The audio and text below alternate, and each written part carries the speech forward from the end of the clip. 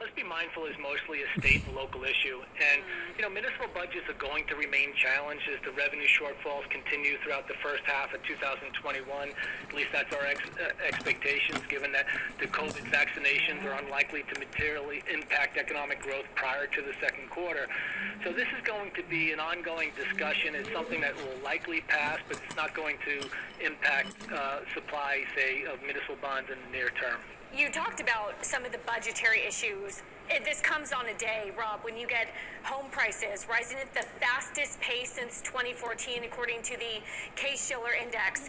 How much of a windfall do you see as property taxes to help offset some of the weakness in maybe sales taxes, et cetera, given the boom that we've seen? And can you divide that up geographically as we keep hearing everyone's moving to the suburbs?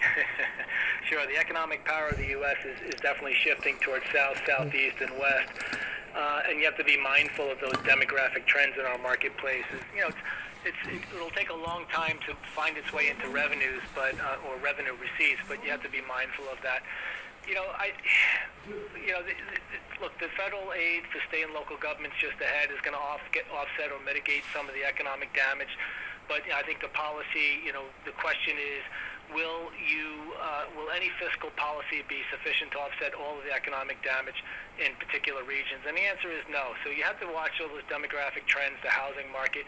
And I think there's a big difference in this economic cycle versus, say, just a good old-fashioned recession where the housing market has remained strong here and very strong in particular regions. And so that's going to offset some of the expectations for lower revenues in the future years. Rob Amadeo of Western Asset, always appreciate your time. Thank you. Caroline, over to you. Muni, now still ahead. Let's talk about our stock of the hour. We're going to be digging into Verizon, on track for the biggest dip since March, where the phone company is fourth quarter results were so disappointing to investors. It's our stock of the hour. That's next. Maybe we'll also talk about its Wi-Fi, hey? This is Bloomberg.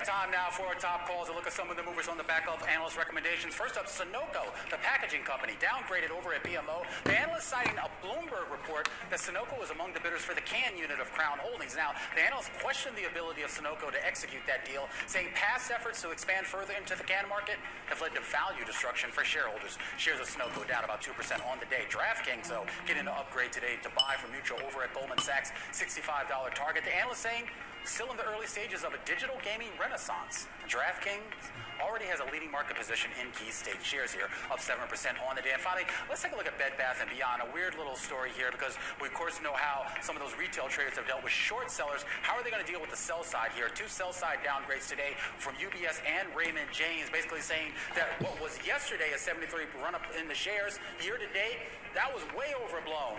How are investors reacting today? Well, they sent the shares up another 18%, now up about 110% year to date. Be careful who you pick a fight with. Those are your top calls, Carolyn. Fundamentals, they don't matter right now. Meanwhile, let's look at our stock of the hour. Maybe we'll get to some fundamentals here with the shares of Verizon down after the telecom giant failed to sign up as many new phone subscribers as analysts were estimating. Service outage as well this morning, affecting a lot of people on the East Coast, pushed shares to session lows. Bloomberg's Dave Wilson joins us with a bit of a perfect storm for Verizon today. You could say that in a way, Caroline. I mean, let's face it. We found out as the day progressed about this fiber optic cable that got cut in Brooklyn, affected internet service across the Northeast. But, Verizon was having a not-so-great day even before that happened because the fourth quarter results from the company came out before the opening bell. Now, it wasn't the top or the bottom line were really the issue. If you looked at earnings, if you looked at revenue, they came out ahead of analysts' average estimates of the Bloomberg survey. It's really about the growth in subscribers. Specifically, what we're talking about here are post-paid subscribers, the ones that have contracts or that pay for service after the end of a given month as opposed to paying ahead of time, prepaid. They added 279,000 of these customers in the fourth quarter, and analysts were looking for a number that was close to double that on average. So, they didn't measure up when it came to growth, and that's an issue especially for Verizon because, they're focused on the customer business. Consumers, 3/4 of their revenue. And, they had a bit of a shift in the quarter toward equipment and away from services in that business, no doubt a reflection of the 5G iPhones that were rolled out during the quarter. And, of course, you get your deal from Verizon on the phones, and that kind of affects the business as well. And it was actually, if you looked at sort of the corporate side, the business services, that area for Verizon did better than analysts were looking for. But it was really about the growth on the consumer side where people got concerned, and that explains why the shares are down. Dave, the only thing people care about, though, is 5G. How is that rollout affecting Verizon? Well, you've got this auction going on, Taylor, of frequencies by the U.S. government, to support 5G. The first stage of it just wrapped up. The second stage is going to be coming soon. New Street Research is estimating that when all is said and done, Verizon is going to have to spend $35 billion on the spectrum and then, being able to build it up. And at the same time, because of the shift toward 5G, they're really kind of falling behind T-Mobile. So that's an issue in terms of their growth going forward as well. All right, Bloomberg's Dave Wilson there. Stock of the hour. Verizon. All right, what are we doing next? Market check. It's always about the markets. All right, let's get a quick check of the latest business flash headlines out there. Right now, we're going to start off with Tencent. Taylor, China's internet behemoth slumping in Hong Kong today. Now, of course, that world-beating surge in the stock just a couple days ago had pushed it close to $1 trillion market value. But an advisor to China's central bank making comments to local media indicating excessive liquidity, bubbles. Next, home prices rising in 20 U.S. cities in November at the fastest pace since 2014. S&P CoreLogic Case-Shiller Index of property values up 9.1% from a year earlier. Historically low borrowing costs, of course, fueling that boom. And shares of Twitter were actually higher earlier today. The social media company says it bought the newsletter publishing company Review for an undisclosed sum. It's part of an effort to expand its business and give writers who distribute their work on Twitter more features. And those are your business flash headlines, Taylor. Now it's time, Taylor, for a quick jumped the market gun. check. I got Taylor, too why don't you read excited. this, Taylor? This is also the board. Wow, what a board. Unchanged on the S&P 500, but we've been fluctuating between gains and losses, Romaine. It's all about, 10-year treasuries. Unch. This is Bloomberg.